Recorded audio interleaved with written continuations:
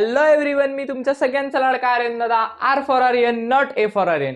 Okay, तर आपला पहिला पार्ट पूर्णपर्यंत क्लिअर झालाय. पहिला थेरम आपला क्लिअर झाला, ज्यात आपलं कंबाइंड इक्वेशनचा एक थेरम होतं. The combined equation of line u equal to 0 and v equal to 0 इज u v इक्वल टू 0. म्हणजे हा थेरम क्लिअर झाला. आपण इक्वेशन दिलेले इक्वेशन पहिले कंबाईन केले, परत कंबाईन केलेले इक्वेशन नंतर आपण सेपरेट केले. सेपरेटची पण ती दोन एक्झाम्पल मी शेवटची सांगितली होती. ते फॉर्म्युला मेथड यूज करायचे होते, ते एक झालं आपलं. त्याच्यानंतरचा पार्ट होता सेपरेट इक्वेशन झालं, आणि इक्वेशन तयार करून कंबाईन करायचं एक पार्ट होता. म्हणजे तीन पार्ट आपले क्लिअर झाले. पहिले दिलेले इक्वेशन कंबाईन केले, परत नंतर कंबाईन इक्वेशन आपण सेपरेट केले, आणि कंबाईन इक्वेशनच कसे केले, आधी इक्वेशन तयार करून घेतले आणि ते नंतर आपण कंबाईन केले. इथपर्यंतचा पार्ट क्लिअर आहे. आता ह्या व्हिडिओपासून आपण दुसरा थेरम घेतोय. दुसरा थेरम होमोजिनियस इक्वेशनचा आहे. मग तो थेरम काय म्हणतोय, नक्की काय आहे त्याचं स्टेटमेंट, ते सगळं समजून घेत. प्रूफ असेल काय असेल ते आपण शेवटचं एकदम लास्ट व्हिडिओ मी बनवतो. डिफरन्सिएशनला पण तसंच केलं होतं. एकच व्हिडिओ थेरमचा, सगळे थेरम क्लिअर केले होते. त्यामुळे आता आपण थेरमचं स्टेटमेंट बघणार आहे, फॉर्म्युला बघणार आहे, आणि त्याचे काही रिमार्क्स असतील जे आपल्याला लक्षात ठेवायचे ते बघणार आहोत आता आपण. ठीक आहे, मी हा थेरम लिहून घेतला होमोजिनियस इक्वेशनचा.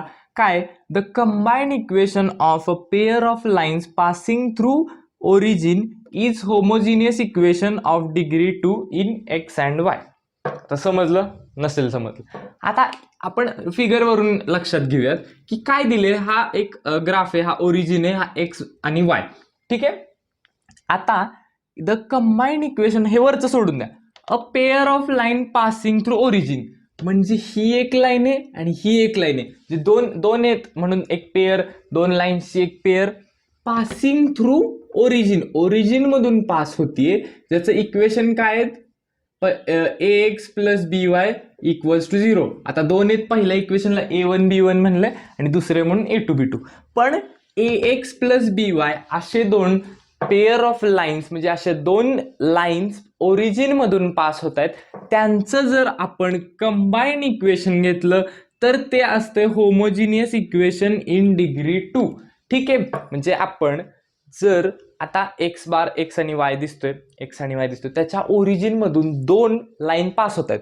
ह्या दोन लाईन पास होत आहेत, ह्या दोघांचं जर कंबाईन इक्वेशन घेतलं, म्हणजेच a1 x1 प्लस x1 हे नाही, okay, a1 x plus b1 y into a2 x plus b2 y, ह्या दोघांचं जर कंबाईन इक्वेशन घेतलं, हा u असतोय, हा v असतो इक्वल टू 0. पहिला थेरम कंबाईन इक्वेशनचा u v इक्वल टू 0. म्हणजे ह्या दोघांचं जर कंबाईन इक्वेशन घेतलं, त्यांचं जर कंबाईन केलं आपण, तर आपल्याला मिळणार आहे काय, हे मिळणार आहे ax square plus 2hxy plus B Y square. आता ते कसं मिळणार आहे ते सगळं प्रूफ मध्ये, ते प्रूफ मी नंतर घेणार आहे. पण आता मिळणार आहे आपल्याला लास्टला हे मिळणार आहे. हे का मिळणार आहे, हे आहे एक होमोजिनियस इक्वेशन. होमोजिनियस इक्वेशन म्हणजे त्या इक्वेशन मधल्या जे व्हेरिएबल्स आहेत, त्या व्हेरिएबलची डिग्री सेम असते. डिग्री सेम असते म्हणजे काय, आता ह्या एक्सच्या डोक्यावरती काय आहे, इंडेक्सला डोक्यावरती 2 आहे, म्हणजे ह्या एक्सची डिग्री 2 आली. परत हा 2h कॉन्स्टंट समजायचा, ह्या एक्सची डिग्री 1 आहे आणि ह्या वायची डिग्री 1 आहे, म्हणजे ओव्हरऑल डिग्री 1 प्लस 1 काय येणार 2. म्हणजे ह्या टर्मची पण डिग्री 2 आली, आणि वाय स्क्वेअरची म्हणजे वायच्या डोक्यावरती 2 आहे म्हणून 2. म्हणजे हे होमोजिनियस इक्वेशन का आलं. होमोजिनियस इक्वेशन म्हणजे काय, त्या इक्वेशन मधल्या प्रत्येक टर्मची डिग्री 2 असते. 2च असावे असं नाही, सेम असते. डिग्री सेम असलं तर होमोजिनियस इक्वेशन. पण म्हणलंय काय आपण, जर परत समजून घ्या, ax प्लस बी वाय असे एक लाईन आहे, परत ax प्लस बी वाय अशा दोन लाईन आहेत. ह्या दोन लाईन जर ओरिजिन मधून पास होत असतील, तर त्या दोन लाईनचं combined equation, the combined equation of pair of lines समजून घेता. ह्या दोन lines pair of lines passing through origin is homogeneous equation. Homogeneous equation of degree 2. प्रत्येकाची डिग्री 2 मी सांगितली, डिग्री 2 इन एक्स आणि वाय. ठीक आहे, इथपर्यंतचा पार्ट क्लिअर झालाय का. नक्की काय आहे की आपलं एवढंच लक्षात ठेवायचं, ह्या थेरमचं फक्त इक्वेशन लक्षात ठेवायचं, रिमार्क लक्षात ठेवायचं. ठीक आहे, थेरम नक्की ह्या दोन कंबाईन करून हे कसं आलं ते नंतरचा थेरमचा प्रूफचा पार्ट आहे, तो मी नंतर घेणार आहे शेवटला एकाच व्हिडिओमध्ये सगळे थेरम क्लिअर करणे. ठीक आहे, पण आत्ता तुमच्या लक्षात आलं का, थेरमचं स्टेटमेंट लक्षात आलं का, द कंबाईंड इक्वेशन, ह्या दोन लाईनच्या combined equation of a line of a pair of lines, दोन लाईन आहेत ज्या की ओरिजिन मधून पास होतात, एक्स प्लस बी वाय अशा दोन लाईन आहेत. हे पहिली लाईन आहे म्हणून A1x प्लस B1y म्हटलंय, आणि दुसरी लाईन आहे म्हणून A2x प्लस B2y, पण लाईन हीच आहे AX प्लस BY. अशा दोन लाईनची पेअर ही जर ओरिजिन मधून पास होत असेल तर त्या दोघांचं कंबाईंड इक्वेशन हे होमोजिनियस इक्वेशन ऑफ डिग्री 2 असते. Homogeneous equation of degree 2. Homogeneous equation of degree 2 म्हणजेच प्रत्येक टर्मची, त्या इक्वेशन मधल्या प्रत्येक टर्मची डिग्री 2 असते. 2 कशी, ह्याची x ची 2, ह्याची x ची 1, ह्याची 1 म्हणजे 1 + 1 2, आणि y ची डिग्री 2, म्हणजे प्रत्येक टर्मची डिग्री 2 म्हणजे हे होमोजिनियस इक्वेशन. आता तुम्हाला काय करायचं, हे इक्वेशन फक्त लक्षात ठेवायचे, ax² plus 2hxy plus by² equals to 0. ax² plus 2hxy plus by², हे इक्वेशन तुम्हाला लक्षातच ठेवायचं. ह्याच्यावरून तुम्हाला कम्पेअर करून a2h bच्या व्हॅल्यू कम्पेअर करून फाइंड आउट करायच्यात नक्की कशा काय सॉल्व्ह करायचं, त्याच्यावरती एक्झाम्पल आहेत. त्यामुळे तुम्हाला आता हे थेरम समजलं असेल, सगळं एक्सप्लेन केलं नक्की काय कसं होतं ते, हे एक समजलं, इक्वेशन समजलं तुम्हाला, कंबाईंड इक्वेशन आले ते. आता इथून पुढे काय घेऊयात आपण, ह्याचे जे रिमार्क्स आहेत ना ते घेऊयात.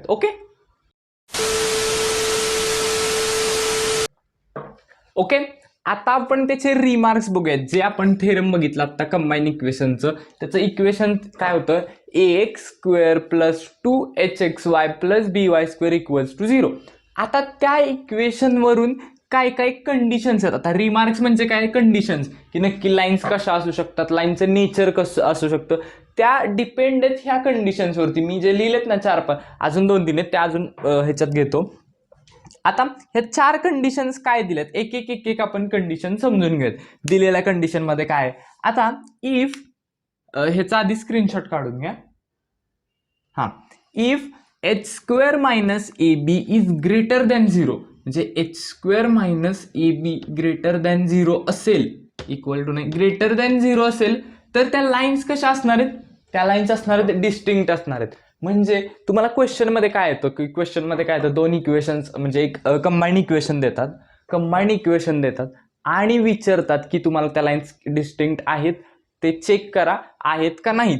मग जर तुम्ही चेक करायचं असेल तर तुम्हाला काय करायला लागणार, आधी एखादं इक्वेशन दिलं असेल 2x² plus 8xy plus 2y² असं इक्वेशन दिलं असेल, आणि हे कंबाईंड इक्वेशन. ओके, म्हणजे त्या दोन पेअर ऑफ लाईन्स आहेत ना, ओरिजिन मधून पास झाल्यात, त्या दोन लाईन पास झाल्यानंतर त्या ह्या दोन लाईन आहेत ना ओरिजिन मधून पास झाल्यात, त्या दोन लाईनचं कंबाईंड इक्वेशन हे दिलंय, आणि चेक करायचंय काय तुम्हाला, की ते डिस्टिंक्ट आहेत का नाही. मग ते चेक करण्यासाठी तुम्ही काय करणार, कंबाईन करणार, 2h इक्वल्स टू 8 करणार, म्हणजे h ची व्हॅल्यू आली 4 आणि a ची व्हॅल्यू 2, b ची व्हॅल्यू 2.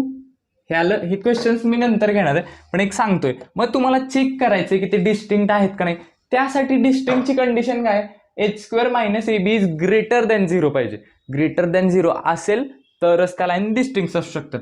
म्हणजे ज्या ओरिजिन मधून पास झाल्यात, ह्या दोन लाईन पास झाल्यात. ओके, त्या दोन्ही लाईनचं कंबाईंड इक्वेशन हे दिलंय, त्याच्यावरून आपण A B H च्या व्हॅल्यू काढून घेतल्या. आता चेक करायचं h² मायनस AB हे ग्रेटर दॅन 0 आलं तर ते डिस्टिंक्ट.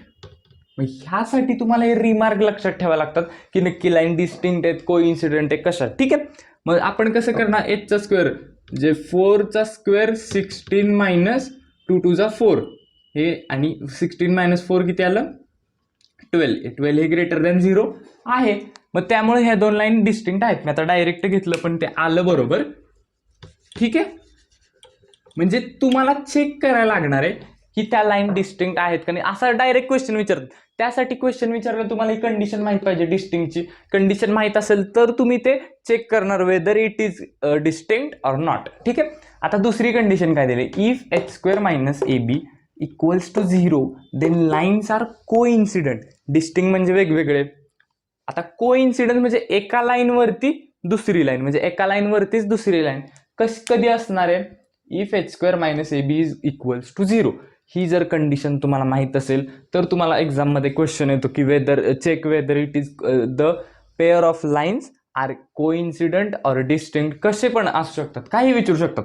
जर कोइन्सिडंट विचारलं तर ही कंडिशन सॅटिस्फाय होतीये का ते चेक करायचं. आता कशी चेक केली आपण, तसंच इक्वेशनचं कंबाईन इक्वेशन एक दिलेलं असतं पेअर ऑफ लाईन्सचं, जे की होमोजिनियस असते, जे की ओरिजिन मधून पास होते, आणि त्याला कम्पेअर करून एच ची व्हॅल्यू, ए ची व्हॅल्यू, बी ची व्हॅल्यू काढायची, हे इक्वेशन सॉल्व्ह करायचं. सॉल्व्ह करून जर 0 आलं तर ते कोइन्सिडंट. म्हणून हे सगळ्यात इम्पॉर्टंट आहे, त्याचे रिमार्क्स हे जर तुमच्या लक्षात असतील तरच तुम्हाला क्वेश्चन सोडवताना. नुसतं इक्वेशन तुमचं हे पाठ असून काही फायदा नाहीये. ओके, त्याच्यानंतर नंतरची कंडिशन काय दिली आहे, if H square minus A B is less than 0 असेल तर.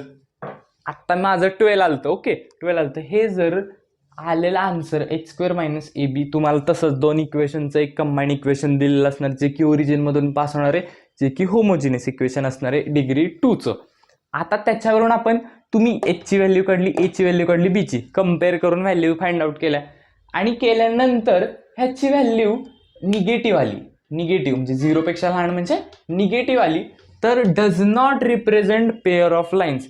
जे देन द इक्वेशन जे दिलेले इक्वेशन आहे ते पेअर ऑफ लाईन्स रिप्रेझेंटच करत नाही, ते दोन पेअर ऑफ लाईन्स रिप्रेझेंटच करत नाही, म्हणजे ते कोइन्सिडंट आणि डिस्टिंक्ट असायचा प्रश्नच येत नाही. जर लेस दॅन 0 आलं, म्हणजेच जर व्हॅल्यू तुमची एच स्क्वेअर मायनस ए बी ची व्हॅल्यू जर 0 आली, तर आपलं लेस दॅन 0 आली म्हणजेच निगेटिव्ह आली, तर then the equation does not represent pair of line. इथपर्यंतच्या कंडिशन समजल्या, 3 कंडिशन. पहिली कंडिशन काय, आता तिकडं बघायचं माझ्याकडे बघ, डिस्टिंक्टची कंडिशन काय, H square minus A B is greater than 0 आलं तर त्या लाईन डिस्टिंक्ट आहेत, म्हणजे वेगवेगळ्या आहेत. H square minus A B equals to 0 आला, तुम्ही कम्पेअर करून फाइंड आउट केला, जर 0 आला तर कोइन्सिडंट, म्हणजे एकावरती एक लाईन असते, कोइन्सिडंट झाली.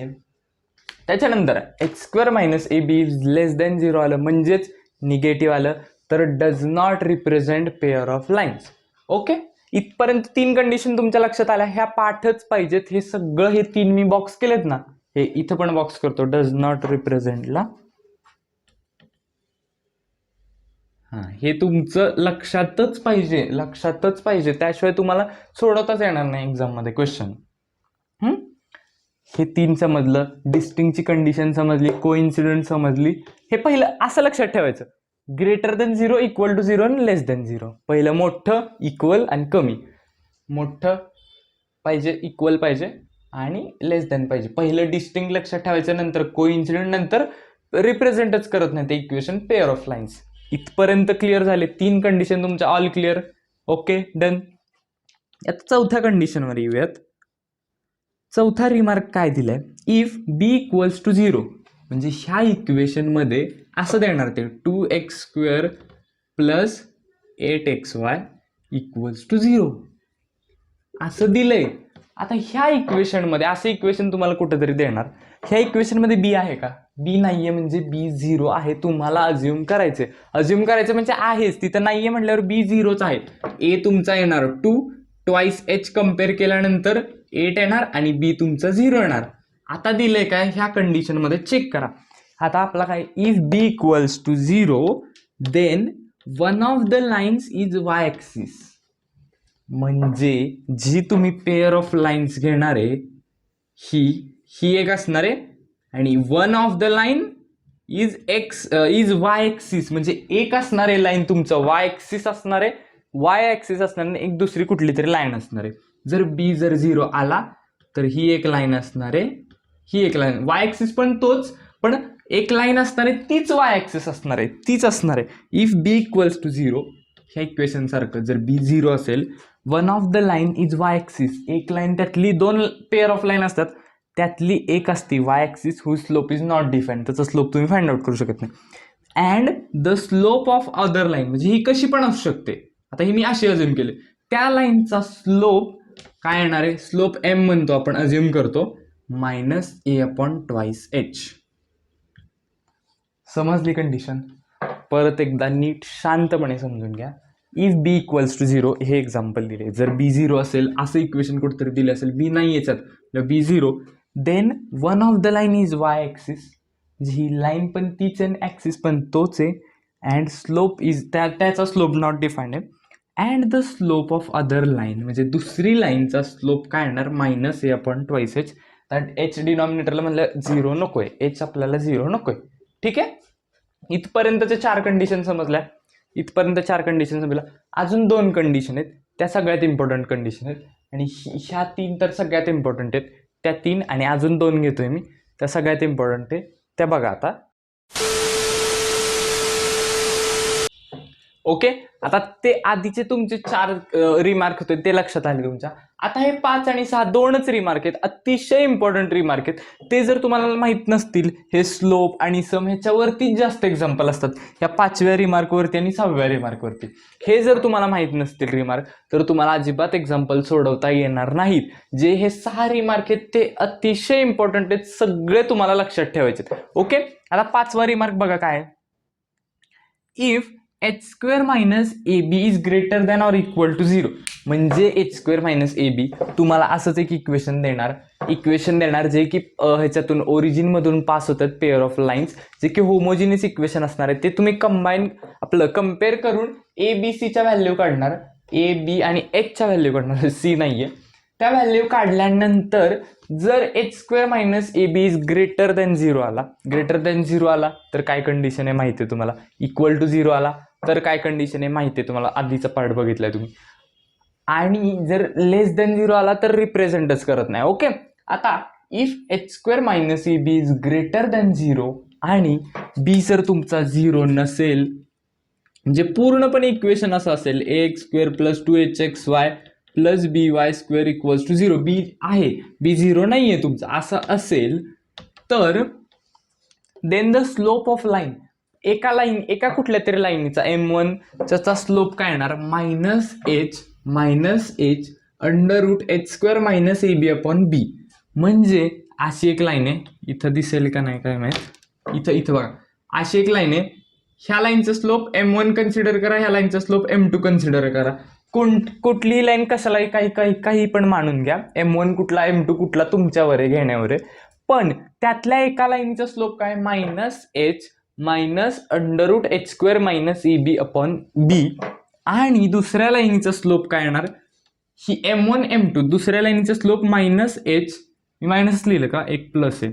Okay, minus H plus under root H square minus A B upon बी. म्हणजे त्या लाईनीचा स्लोप तुम्ही एका लाईनीचा एका लाईनचा slope minus H plus under root H square minus A B upon बी, आणि दुसऱ्या लाईनचा slope minus H minus under root H square upon H square minus minus H minus under root H square minus A B upon B. Okay, हे तुम्हाला फॉर्म्युले पाठ करायचे. ठीक आहे, त्याच्यानंतर सगळ्यात इम्पॉर्टंट पार्ट हाय, त्या दोघांची सम, ज्या 2 लाईन आहेत, म्हणजे एक पेअर ऑफ लाईन दिली असेल जे की ओरिजिन मधून पास होते, होमोजिनियस आहे, त्या 2 लाईनच्या सम, स्लोप ऑफ सम, जे त्या 2 लाईनचा स्लोप आहे, त्या दोघांची ॲडिशन, त्या स्लोपची ॲडिशन -2h अपॉन बी येते.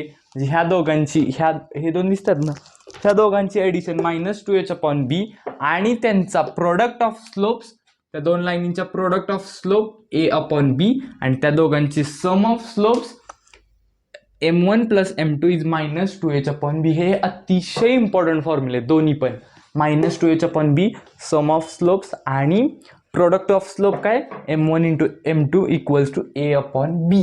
हे अतिशय इम्पॉर्टंट फॉर्म्युले, हे स्टारच करून ठेवा तुम्ही, हे 2 इम्पॉर्टंट फॉर्म्युले. ठीक आहे, इथपर्यंतचा पार्ट क्लिअर झाला तुमचा.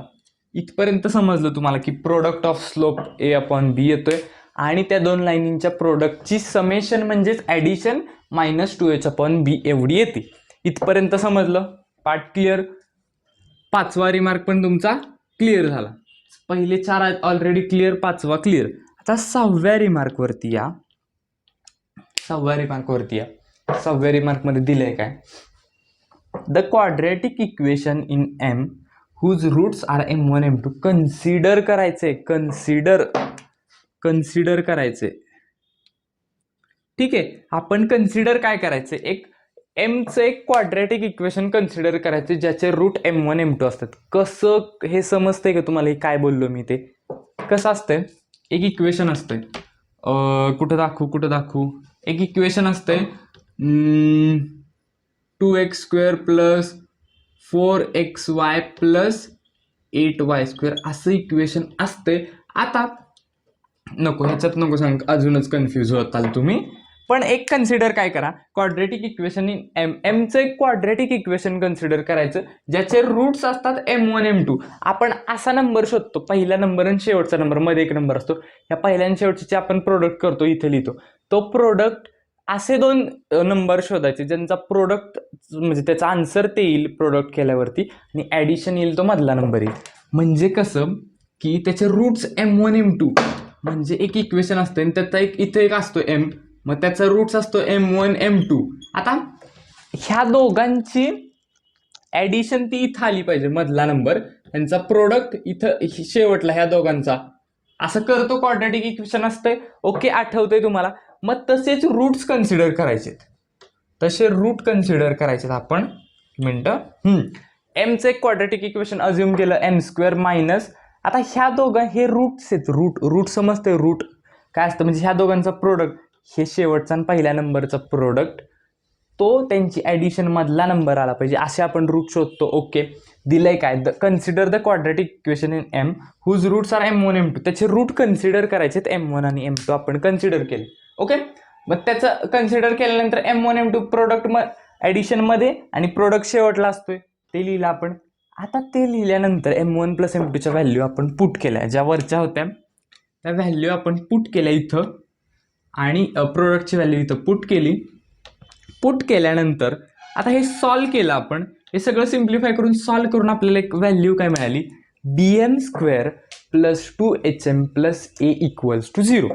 BM² + 2HM + A = 0 हे मिळाले तुम्हाला ऑक्झिलरी इक्वेशन.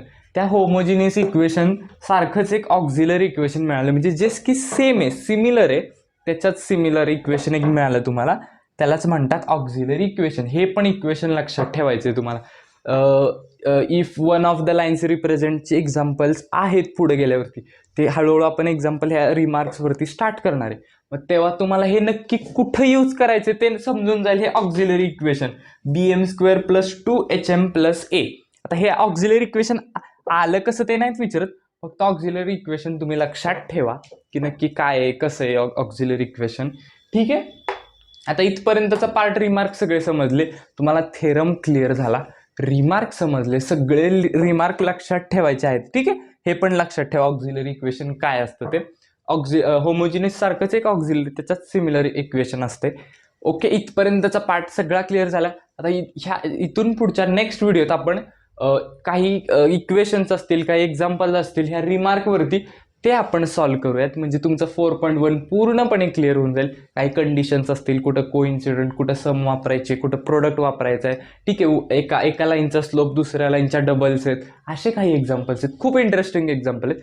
आता आपण व्हिडिओ थांबवतोय मी. आता इथून पुढे नेक्स्ट व्हिडिओत मी एक्झाम्पल घेतो. ठीक आहे, सगळे रिमार्क पाठ करा, सगळे लक्षात ठेवा, काही करा पण लक्षात ठेवा, आठवले पाहिजेत. वरच्याची कंडिशन खालच्याची वर झाली पाहिजे नाही. ओके, व्हिडिओ बघितल्याबद्दल धन्यवाद. ओके, आता ते आधीचे तुमचे 4 रिमार्क होते ते लक्षात आले तुमच्या. आता हे 5 आणि 6 दोनच रिमार्क आहेत, अतिशय इम्पॉर्टंट रिमार्क आहेत. ते जर तुम्हाला माहित नसतील, हे स्लोप आणि सम ह्याच्यावरती जास्त एक्झाम्पल असतात, ह्या 5व्या रिमार्कवरती आणि 6व्या रिमार्कवरती. हे जर तुम्हाला माहित नसतील रिमार्क, तर तुम्हाला अजिबात एक्झाम्पल सोडवता येणार नाहीत. जे हे 6 रिमार्क आहेत ते अतिशय इम्पॉर्टंट आहेत, सगळे तुम्हाला लक्षात ठेवायचे. ओके, आता 5वा रिमार्क बघा काय, if h² - AB is greater than or equal to 0. म्हणजे h² - AB तुम्हाला असंच एक इक्वेशन देणार जे की ह्याच्यातून ओरिजिनमधून पास होतात, पेअर ऑफ लाईन्स, जे की होमोजिनियस इक्वेशन असणार आहे. ते तुम्ही कम्पेअर करून ABCच्या व्हॅल्यू काढणार, A B आणि H च्या व्हॅल्यू काढणार, C नाहीये. त्या व्हॅल्यू काढल्यानंतर जर H square minus A B is greater than 0 आला, ग्रेटर दॅन 0 आला तर काय कंडिशन आहे माहिती आहे तुम्हाला, इक्वल टू 0 आला तर काय कंडिशन आहे माहिती आहे तुम्हाला, आधीचा पार्ट बघितलाय तुम्ही, आणि जर लेस दॅन 0 आला तर रिप्रेझेंटच करत नाही. ओके, आता if H square minus A B is greater than 0 आणि बी जर तुमचा 0 नसेल, म्हणजे पूर्णपणे इक्वेशन असं असेल A X square plus 2hxy plus B Y square equals to 0, B आहे, बी 0 नाही आहे तुमचा, असं असेल तर then the slope of line, एका कुठल्या तरी लाईनीचा M1 चा स्लोप काय येणार, minus H under root H square minus A B upon बी. म्हणजे अशी एक लाईन आहे, इथं दिसेल का नाही काय माहित, इथं बघा अशी एक लाईन आहे, ह्या लाईनचा स्लोप M1 कन्सिडर करा, ह्या लाईनचा स्लोप M2 कन्सिडर करा. कुठलीही लाईन कशालाही काही पण मानून घ्या, M1 कुठला M2 कुठला तुमच्यावर आहे, घेण्यावर आहे. पण त्यातल्या एका लाईनचा स्लोप काय, minus H minus under root H square minus A B upon बी, आणि दुसऱ्या लाईनीचा स्लोप काय येणार, ही M1 M2, दुसऱ्या लाईनीचा स्लोप मायनस एच, मायनस लिहिलं का, एक प्लस आहे. Okay, minus H plus under root H square minus A B upon बी. म्हणजे त्या लाईनीचा स्लोप तुम्ही एका लाईनीचा एका लाईनचा slope minus H plus under root H square minus A B upon बी, आणि दुसऱ्या लाईनचा slope minus H minus under root H square upon H square minus, okay, minus H minus under root H square minus A B upon B. Okay, हे तुम्हाला फॉर्म्युले पाठ करायचे. ठीक आहे, त्याच्यानंतर सगळ्यात इम्पॉर्टंट पार्ट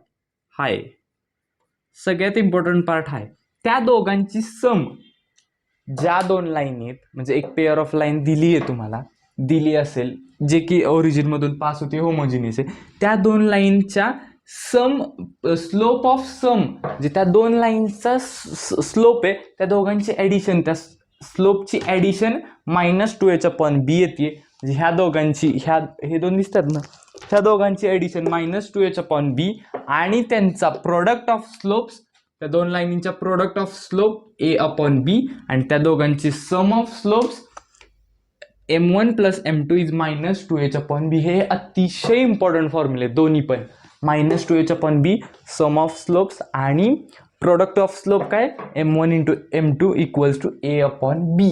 हे अतिशय इम्पॉर्टंट फॉर्म्युले, हे स्टारच करून ठेवा तुम्ही, हे दोन इम्पॉर्टंट फॉर्म्युले. ठीक आहे, इथपर्यंतचा पार्ट क्लिअर झाला तुमचा, इथपर्यंत समजलं तुम्हाला की product of slope A upon बी येतोय, आणि त्या दोन लाईनींच्या प्रोडक्टची समेशन म्हणजेच ॲडिशन -2h अपॉन बी एवढी येते. इथपर्यंत समजलं, पार्ट क्लिअर. पाचवा रिमार्क पण तुमचा क्लिअर झाला, पहिले 4 ऑलरेडी क्लिअर, पाचवा क्लिअर. आता 6व्या रिमार्कवरती या. 6व्या रिमार्कमध्ये दिलंय काय, the quadratic equation in M whose roots are M1 M2, consider करायचे, कन्सिडर करायचे. ठीक आहे, आपण कन्सिडर काय करायचे, एक एमचं एक क्वाड्रॅटिक इक्वेशन कन्सिडर करायचे ज्याचे रूट M1 M2 असतात. कसं हे समजतंय का तुम्हाला, हे काय बोललो मी ते, कसं असतंय, एक इक्वेशन असतंय, कुठं दाखवू, एक इक्वेशन असतंय 2x square plus 4xy plus 8y square, असं इक्वेशन असते. आता नको, ह्याच्यात नको सांग, अजूनच कन्फ्यूज होताल तुम्ही. पण एक कन्सिडर काय करा, क्वाड्रॅटिक इक्वेशन इन एमचं एक क्वाड्रॅटिक इक्वेशन कन्सिडर करायचं ज्याचे रूट्स असतात M1 M2. आपण असा नंबर शोधतो, पहिला नंबर आणि शेवटचा नंबर, मध्ये एक नंबर असतो, ह्या पहिल्या आणि शेवटचे आपण प्रोडक्ट करतो, इथे लिहितो तो प्रोडक्ट. असे दोन नंबर शोधायचे ज्यांचा प्रोडक्ट, म्हणजे त्याचा आन्सर ते येईल प्रोडक्ट केल्यावरती, आणि ॲडिशन येईल तो मधला नंबर येईल. म्हणजे कसं की त्याचे रूट्स M1 M2, म्हणजे एक इक्वेशन असतं आणि त्याचा इथे एक असतो M, मग त्याचा रूट्स असतो M1 M2. आता ह्या दोघांची ॲडिशन ती इथं आली पाहिजे, मधला नंबर, त्यांचा प्रोडक्ट इथं शेवटला, ह्या दोघांचा, असं करतो क्वाड्रॅटिक इक्वेशन असतंय. ओके, आठवतंय तुम्हाला. मग तसेच रूट्स कन्सिडर करायचे, आपण एमचं एक क्वाड्रॅटिक इक्वेशन अज्युम केलं n स्क्वेअर मायनस, आता ह्या दोघं हे रूट्स आहेत, रूट समजते, रूट काय असतं, म्हणजे ह्या दोघांचा प्रोडक्ट, हे शेवटचा आणि पहिल्या नंबरचा प्रोडक्ट तो त्यांची ॲडिशन मधला नंबर आला पाहिजे असे आपण रूट शोधतो. ओके, दिलंय काय, consider the quadratic equation in M whose roots are M1 M2. त्याचे रूट कन्सिडर करायचे M1 आणि M2 आपण कन्सिडर केले. ओके, मग त्याचं कन्सिडर केल्यानंतर M1 M2 प्रोडक्ट ॲडिशनमध्ये आणि प्रोडक्ट शेवटला असतोय ते लिहिलं आपण. आता ते लिहिल्यानंतर M1 प्लस M2च्या व्हॅल्यू आपण पुट केल्या, ज्या वरच्या होत्या त्या व्हॅल्यू आपण पुट केल्या इथं आणि प्रोडक्टची व्हॅल्यू इथं पुट केली. पुट केल्यानंतर आता हे सॉल्व केलं आपण, हे सगळं सिम्प्लिफाय करून सॉल्व करून आपल्याला एक व्हॅल्यू काय मिळाली, BM² plus 2HM plus A equals to 0. BM² plus 2HM plus A equals to 0 हे मिळाले तुम्हाला ऑक्झिलरी इक्वेशन. त्या होमोजिनियस इक्वेशन सारखंच एक ऑक्झिलरी इक्वेशन मिळालं, म्हणजे जेस की सेम आहे, सिमिलर आहे, त्याच्यात सिमिलर इक्वेशन एक मिळालं तुम्हाला, त्यालाच म्हणतात ऑक्झिलरी इक्वेशन. हे पण इक्वेशन लक्षात ठेवायचे तुम्हाला. If one of the lines रिप्रेझेंटचे एक्झाम्पल्स आहेत पुढे गेल्यावरती, ते हळूहळू आपण एक्झाम्पल ह्या रिमार्क्सवरती स्टार्ट करणार आहे. मग तेव्हा तुम्हाला हे नक्की कुठं यूज करायचे ते समजून जाईल. हे auxiliary equation BM² plus 2HM plus A. आता हे ऑक्झिलरी इक्वेशन आलं कसं ते नाहीत विचारत, फक्त ऑक्झिलरी इक्वेशन तुम्ही लक्षात ठेवा की नक्की काय आहे, कसं आहे ऑक्झिलरी इक्वेशन. ठीक आहे, आता इथपर्यंतचा पार्ट रिमार्क सगळे समजले, तुम्हाला थेरम क्लिअर झाला, रिमार्क समजले, सगळे रिमार्क लक्षात ठेवायचे आहेत. ठीक आहे, हे पण लक्षात ठेवा ऑक्झिलरी इक्वेशन काय असतं ते. होमोजिनियस सारखंच एक ऑक्झिलरी, त्याच्यात सिमिलर इक्वेशन असते. ओके, इथपर्यंतचा पार्ट सगळा क्लिअर झाला. आता इथून पुढच्या नेक्स्ट व्हिडिओत आपण काही इक्वेशन्स असतील, काही एक्झाम्पल्स असतील ह्या रिमार्कवरती, ते आपण सॉल्व्ह करूयात. म्हणजे तुमचं 4.1 पूर्णपणे क्लिअर होऊन जाईल. काही कंडिशन्स असतील, कुठं कोइन्सिडंट, कुठं सम वापरायचे, कुठं प्रोडक्ट वापरायचं आहे. ठीक आहे, एका लाईनचा स्लोप दुसऱ्या लाईनच्या डबल्स आहेत, असे काही एक्झाम्पल्स आहेत, खूप इंटरेस्टिंग एक्झाम्पल आहेत. आता आपण व्हिडिओ थांबवतोय मी. आता इथून पुढे नेक्स्ट व्हिडिओत मी एक्झाम्पल घेतो. ठीक आहे, सगळे रिमार्क पाठ करा, सगळे लक्षात ठेवा, काही करा पण लक्षात ठेवा, आठवले पाहिजेत. वरच्याची कंडिशन खालच्याची वर झाली पाहिजे नाही. ओके, व्हिडिओ बघितल्याबद्दल धन्यवाद.